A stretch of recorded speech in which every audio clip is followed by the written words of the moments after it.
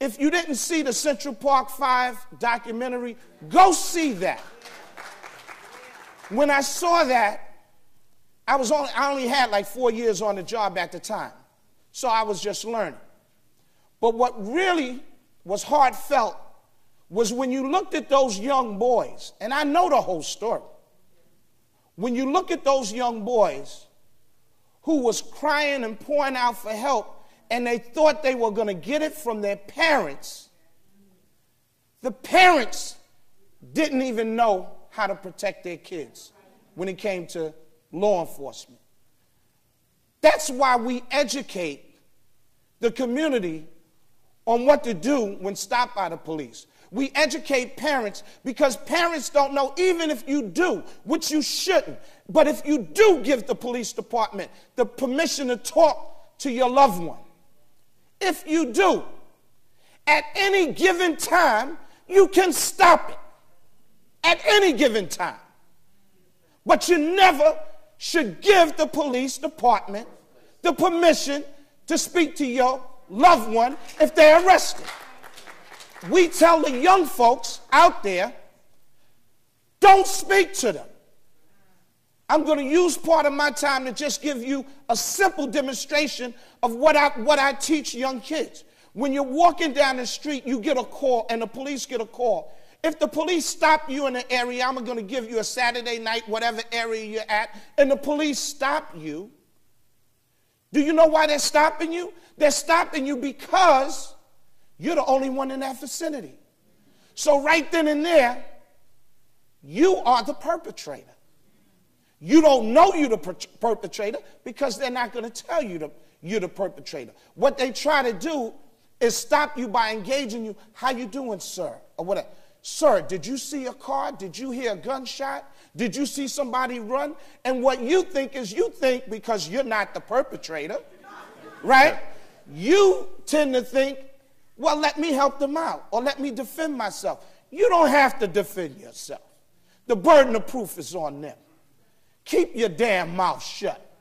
This is what I tell the young folks, that if that was to happen to you as you're walking, you say, officer, am I under arrest? No, you're not under, well then I must be free to leave. And then you start to leave. Let him or her tell, no, you can't leave. Well then, officer, am I under arrest? No, you're not. Well then I must be free to leave. Well, no, I want to ask you something. Well, officer, am I under arrest? You keep saying that because let me tell you something. If the police had the right to arrest you, do they ever ask you? No. They do it. So I teach, you just say that. When the officer says, well, listen, you're not under arrest. I just want to know, did you see a car? Did you hear a person scream? Did you hear gunshots?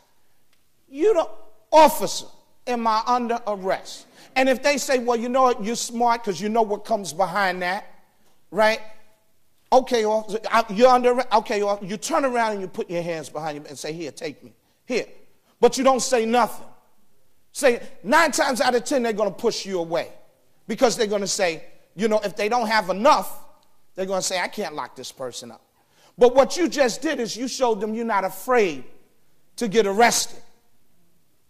The other way you handle that situation is you do this. A cop stops you. Excuse me, you live around here? This is what you do. And you look him or her straight in the eye and you just do this. Excuse me, did you hear what I said? Do you live around here? Can you tell me your name? It's easy. Just don't say nothing. Now they got a decision to make. Either lock you up, beat you up, or let you go. Now there's going to be some derogatory statements coming behind that. But you know what?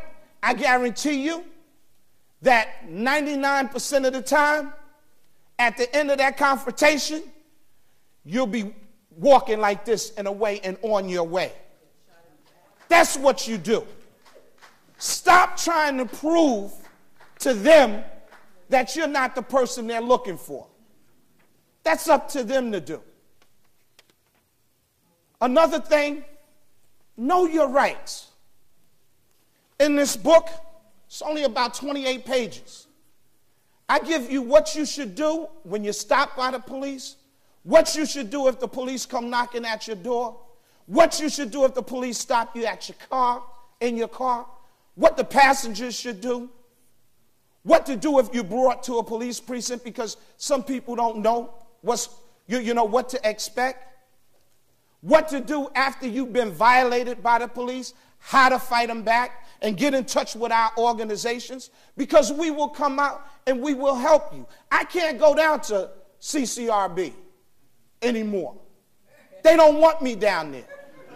Because when I've escorted people down there, they say, you can't come in. You know why? Because when I went down there with some people that was complaining, they play semantics with a person's words. And I'm sitting there and I said, listen, if this lady said the officer slapped her, then the officer slapped her. You don't have to say to her, well, did the officer inadvertently put his hand up? What are you talking? She's a grown woman. She knows if she's been slapped, just like grown men. They know if they've been hit or violated. You know, stop making excuses for the police officer. Well, they told me you can't come down here anymore. You know, it's all right. It's okay, because if I can educate enough and you can stand and use that backbone in your spine and stand up for what's right, you'll be okay, because when you leave there, you got us. You got us, and you're going to have your community behind you if they just would stop being scared. We, as a people, need to stop being afraid.